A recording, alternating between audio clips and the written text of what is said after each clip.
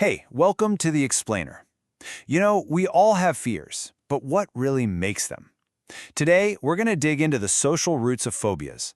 We'll look at that one little spark that can start it all, and then the shadow that follows it around, stigma, which can force people to hide what they're going through. So, think about it. We've all been scared of something, right? But what's the difference between a simple fleeting fear and a debilitating phobia that can totally derail your life? Well, the answer often begins with a single powerful moment. All right, so let's start at the beginning. Act I, the spark. This is all about that moment of creation, how a phobia is even born in the first place. Okay, so this spark actually has a name. It's called a specific environmental trigger. And this isn't just getting startled, no. This is a direct, really negative, sometimes even traumatic event that just flips a switch in your brain.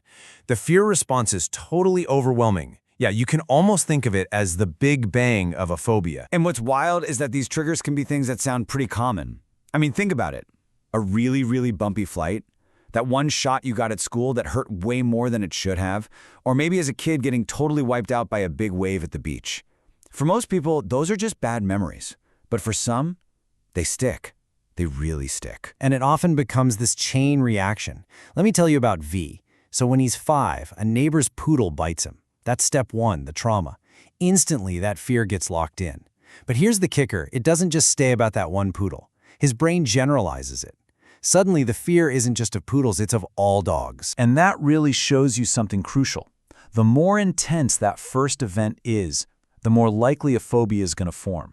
It's not always about repeated exposure. Sometimes one single really bad experience is all it takes. Bam, a phobia is born. Okay, but wait a minute. Here's a puzzle, right? Let's say two people have the exact same bad experience. They both get bitten by a dog. How come one person just gets a little wary while the other develops a full-blown phobia? Well, it turns out our past experiences can act like a kind of psychological armor. So, if you've grown up around dogs, played with them, had tons of good memories, that one bad bite might not be enough to break through. You have resilience. But if that bite is your first ever experience with a dog, man, the risk of it turning into a phobia just skyrockets. So, that's the spark. But that's really only half the story. Because after a phobia is born, a whole new battle begins.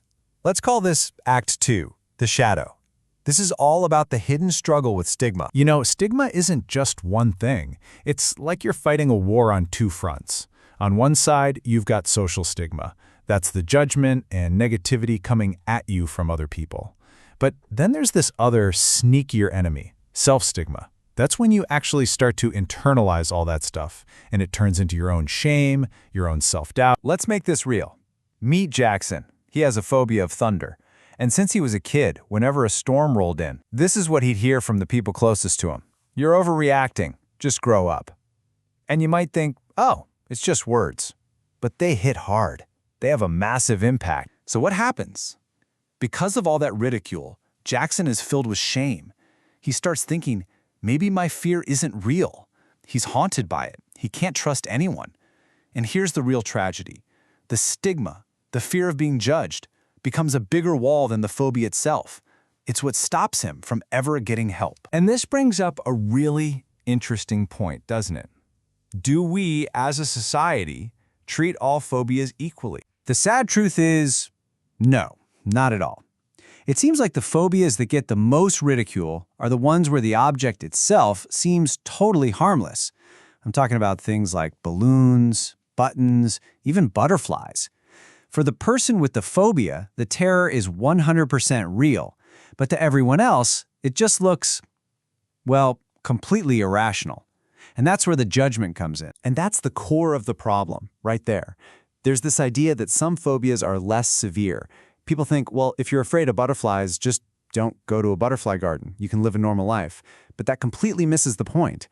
That belief that it's not a real disorder creates this massive empathy gap. So, what's the consequence of all this? What's the real price of being silent about your fear? Well, it turns out the lengths people will go to hide their phobia are pretty extreme. Just listen to this. This is from a real person in a phobia study. They have a phobia of jewelry. And instead of trying to explain it, they just say this. Let that sink in for a second. The fear of what other people will think, the fear of being ridiculed, is so intense that it's literally easier to pretend you have a physical allergy than to admit you have a mental health condition. That is the crushing weight of stigma. So we've seen the whole story. A phobia is born from a spark of trauma, and it's kept alive in the shadow of stigma, which leaves all of us with one final thought to chew on. The next time someone tells you about a fear they have, no matter how strange or irrational it seems to you, how will you respond? What can we do differently? Thanks for digging into this with me on The Explainer.